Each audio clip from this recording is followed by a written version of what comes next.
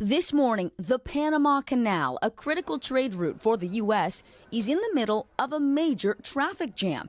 More than 130 ships are currently stuck on either side of the canal, with some vessels waiting for weeks to enter. So what's behind the pileup? An ongoing drought and extreme weather conditions that authorities say have no historical precedent. We are managing water resources and waiting for some rainfall to come. The canal is estimated to use triple the amount of water as New York City each day, which means rainfall is key to replenish and operate the waterway.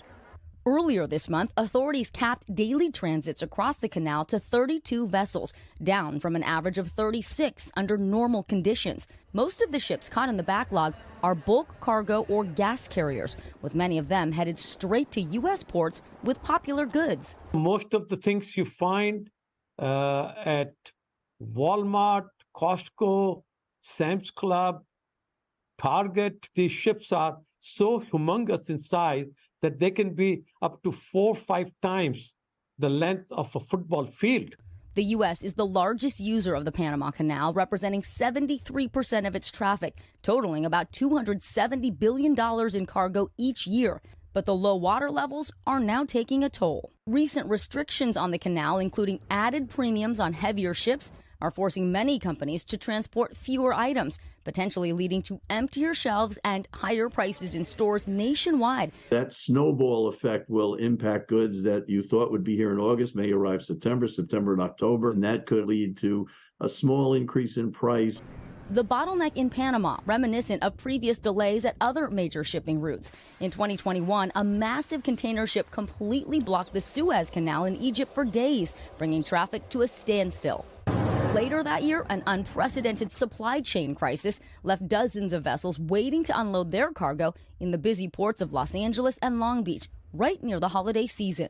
While the current drought in Panama could require weeks, if not months, of additional rainfall to get the canal back up and running like normal, experts say there should be no reason to worry about a shipping Grinch this Christmas. The average holiday present that people expect to put under a tree, most of that stuff will be here when you need it.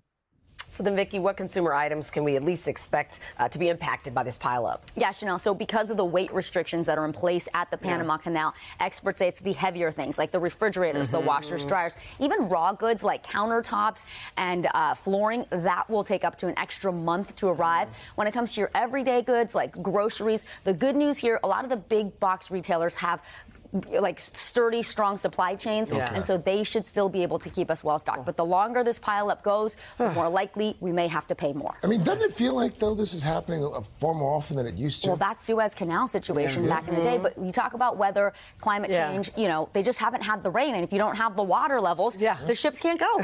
Such a good point. Fine.